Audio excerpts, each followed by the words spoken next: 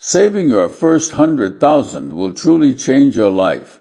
Many people ask me how to succeed in the financial world.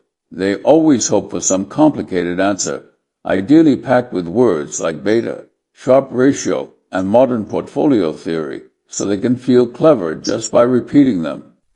I usually disappoint them. I say, success has very little to do with those fancy formulas. What matters far more is something much simpler. Don't do really stupid things. Stay consistently not stupid. If your goal is to save the first 100,000 in your life, what you need is not financial mysticism, but the most basic kind of worldly wisdom.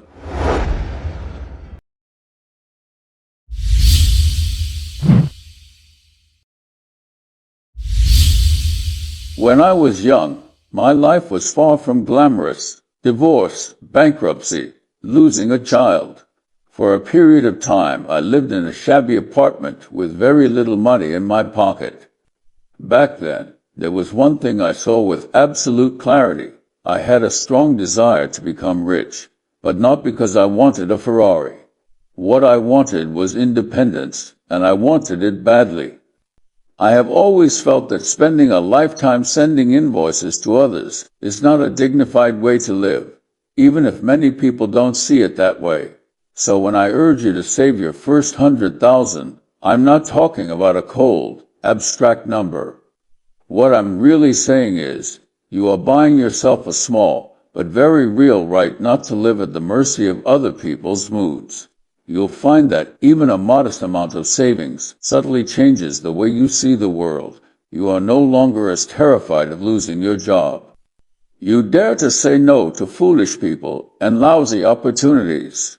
You begin to have the standing to plan your own life, rather than being dragged along by circumstances.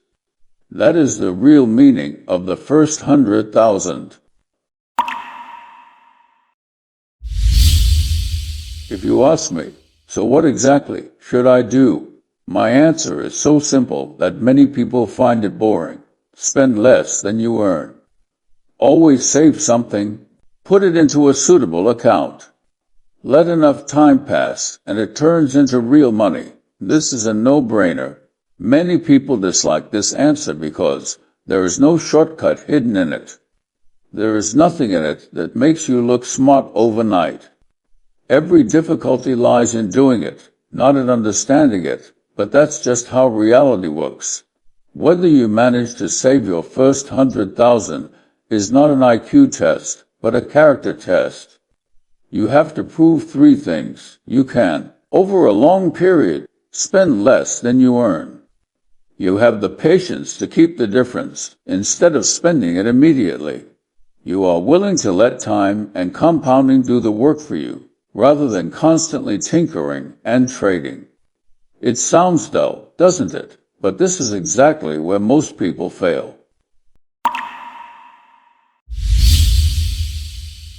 When you finally save your first 100,000, what you truly gain is a ticket to the game of compounding. What is compounding? For decades, Warren and I have repeated the same point, understanding the power of compound interest, and understanding how hard it is to actually obtain it, is the soul of understanding many things in life. The first bit of capital is the hardest. After that, it gets easier. At one shareholder meeting, when someone asked me how to get rich, I gave an answer that was rather crude, but perfectly honest. The first $100,000 is a bitch, but you gotta do it. Why do I emphasize this first 100,000 so much? Because it forces you to develop the right behaviors, frugality, delayed gratification, long-term thinking. Because only with some principle can compounding actually work for you. Because once you've done it once, you'll never again believe I just can't do this. From that point on, your money starts helping you work. It becomes your employee, not your master.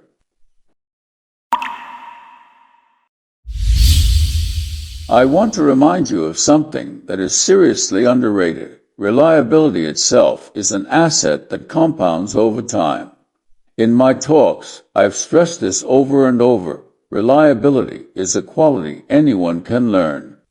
It is crucial to success in life. Why do I often praise McDonald's? Not because I'm obsessed with hamburgers, but because it has trained tens of millions of people, especially many who might otherwise have become problem kids, to show up on time and finish the work that needs to be done, according to a clear process. That sort of habit is something most elite universities fail to teach. You might think this is nothing special, but in the real world, showing up on time, doing what you said you would do, not causing unnecessary trouble for others. Just by doing this consistently, you can already rank in the top 5% in many workplaces. Reliable people are more likely to keep their jobs, are more likely to be trusted with greater responsibility, are more likely to earn enough to build that first 100,000. This has nothing to do with genius and everything to do with self-discipline. One of my favorite lines from a mathematician is, invert, always invert. If you want to save your first 100,000, a highly effective way to think about it is, if I wanted to guarantee I never save 100,000 in my entire life, what would I do? The answer is pretty simple. Spend your entire paycheck as soon as it arrives every month. Constantly buy new toys and lock yourself into fixed expenses. Buy a car on installments for face, swipe your credit cards, chase every trend. Hand your money to people who charge high fees to invest it for you. Envy everyone richer than you, then use impulsive consumption to compensate yourself. If you live that way deliberately, I can guarantee you will never see that first 100,000. So let's invert the question. Which kinds of stupid behavior must you absolutely avoid?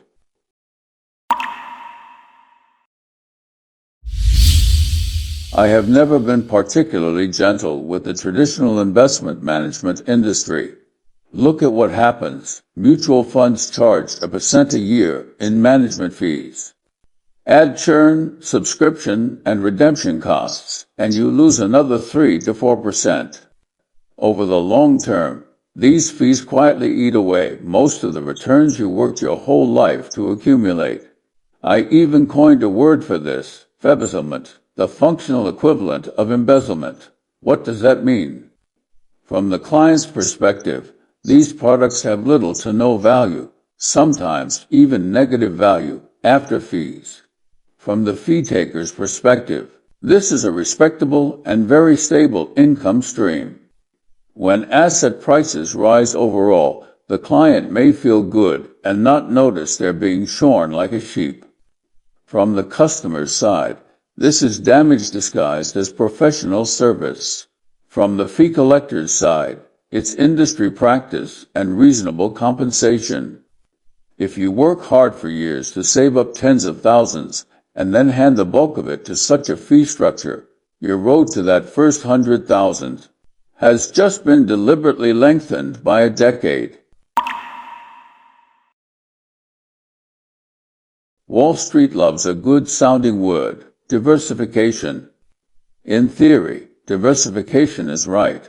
I'm not against reasonable risk spreading, but I've also said a lot of ideas about over-diversification are madness. If you only want to avoid absolute ruin, holding a basket of assets makes sense. But if you want significantly above average results, you will not achieve that by buying a little bit of everything. Warren has a vivid analogy. Imagine you had a card with only 20 punch holes, representing all the investment decisions you can make in your lifetime. Every time you invest, you punch one hole. When the holes are gone, you're done. You would become extremely selective, and your results would be much better. In reality, many middle-class investors do this instead. Buy a bit of whatever their friends recommend. Buy a bit of whatever the media is hyping. Hear about some new concept font and buy a bit of that too. The result: their balance sheet looks very diversified, but they truly understand almost nothing they own. That's not diversification, That is the suicide of your attention. At Berkshire, we like to sort opportunities into 3 buckets: yes, no, and tough to understand. A large number of high-tech companies and complex derivatives go straight into that 3rd bucket for us. Not because they are necessarily bad, but because we have no real edge there. Warren and I have stressed this over and over. Knowing what you don't know is real wisdom. If you invest in fields where others have a huge advantage and you have no understanding at all, that's not called boldness. That's called reckless stupidity. The idea of a circle of competence is very simple. You honestly map out the boundaries of what you truly understand. You dig deep inside that circle. For things outside the circle, you calmly say, I don't know. Most people can't do that because their ego doesn't allow them to admit ignorance. Ironically, that's one of the main reasons they lose over the long run.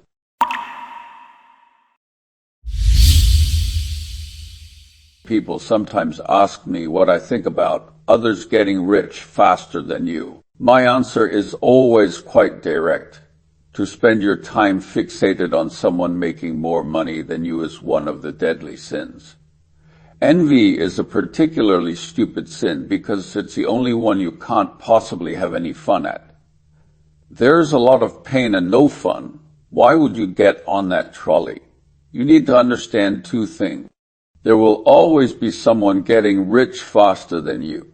That's not a tragedy. That's reality. Envy does nothing to improve your balance sheet. It only damages your ability to think clearly. If you let someone else's short-term windfall push you into anxiety impulse and buying at the top, you are using your own future to subsidize someone else's temporary success. What you should do instead is keep your eyes on your own long game, make fewer mistakes, save more, live longer, stay rational.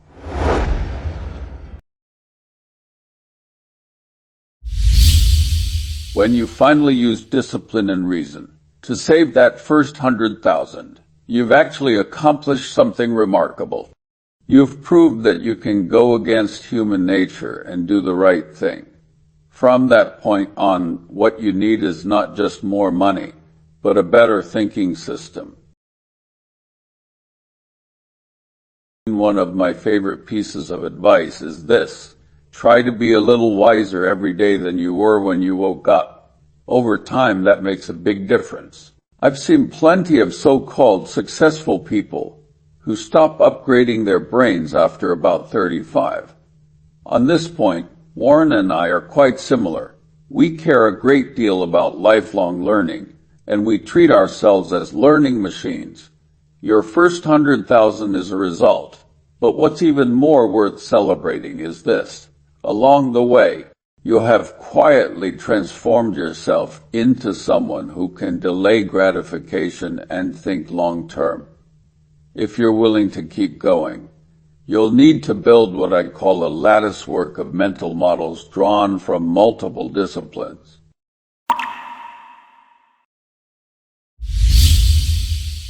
I often say, to a man with only a hammer, every problem looks like a nail. Most people's problem is not a total lack of knowledge. It's that they only have one crude pattern with which they try to solve every problem. If you want to do better, you'll need to understand a bit of probability and basic statistics, so you don't get fooled by small samples. Understand some psychology, so you know the systematic errors the human brain tends to make. Understand some economics, so you can see how incentives really drive behavior. Understand some biology, so you grasp adaptation, evolution, and feedback. Understand some history, so you see how human beings keep repeating the same stupidities in different eras. By my estimate, the really important, frequently used models number may be 80 or 90. But you must train them to the point of fluency, so that when you face real-world problems, they automatically jump out and warn you. This is an incentive mismatch. Don't be fooled by the surface numbers. This is survivor bias. Be careful, you're only seeing those who didn't die. Here, the causal direction is actually reversed. Your first 100,000 gives you opportunities. These models give you the ability not to waste those opportunities.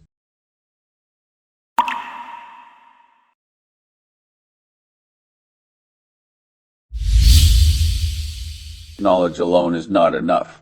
Even very smart brains get tired, distracted, and emotional. That's why I'm a big believer in the checklist. I've said any wise pilot, no matter how experienced, uses a checklist before takeoff. It's exactly the same in investing and in life. My own approach is what I call two-track analysis. Rational track. What is the real economic benefit of this decision? What are the risks, returns, and opportunity costs? Over the long run, where does this path actually take me? Psychological track.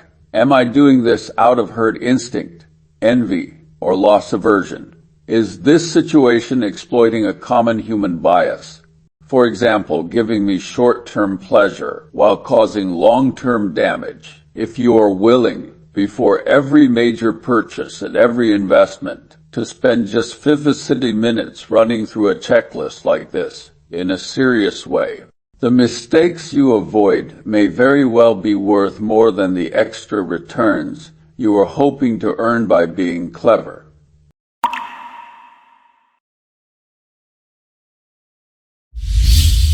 Over Berkshire's long history, Warren and I have made plenty of mistakes.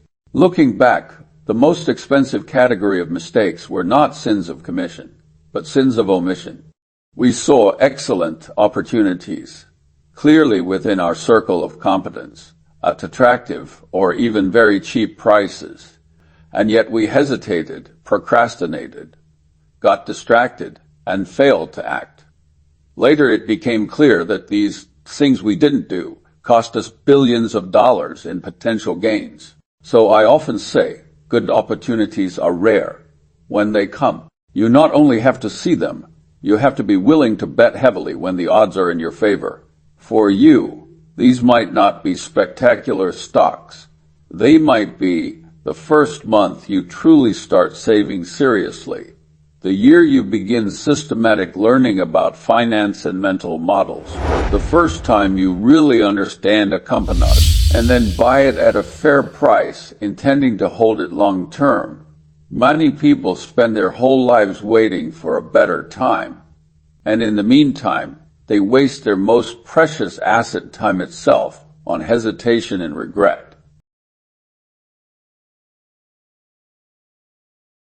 Now we can go back to the original question. Will saving my first 100,000 really change my life? My answer is yes, it will, and in ways that go far beyond what you can now imagine. But the reason has nothing magical to do with the number itself. It's because that first 100,000 proves that you can spend less than you earn and keep doing it. Puts you, for the first time, on the side of compound interest, forces you to learn how to identify pseudo-assets and avoid high-fee functional embezzlement, makes you realize that not envying and not over-comparing is the foundation of long-term rationality, pushes you to build a circle of competence and a multidisciplinary latticework of models. Turning yourself into a lifelong learning machine teaches you, through direct experience, that reliability, self-discipline, and delayed gratification produce far greater lifetime returns than cleverness or speculation. When you use these principles to save your first 100,000, you are, in fact, signing a long-term contract with a future version of yourself, one who is more independent, has more options, and is much wiser.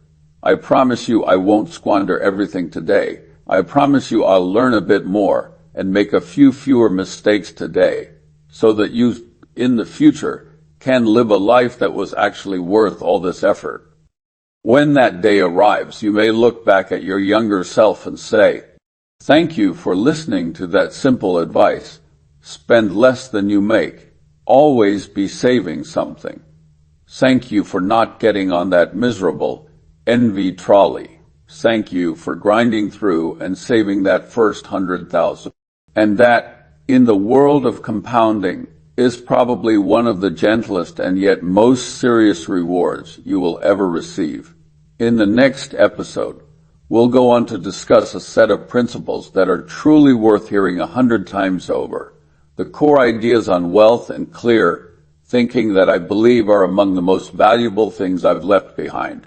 Remember what I've repeated many times.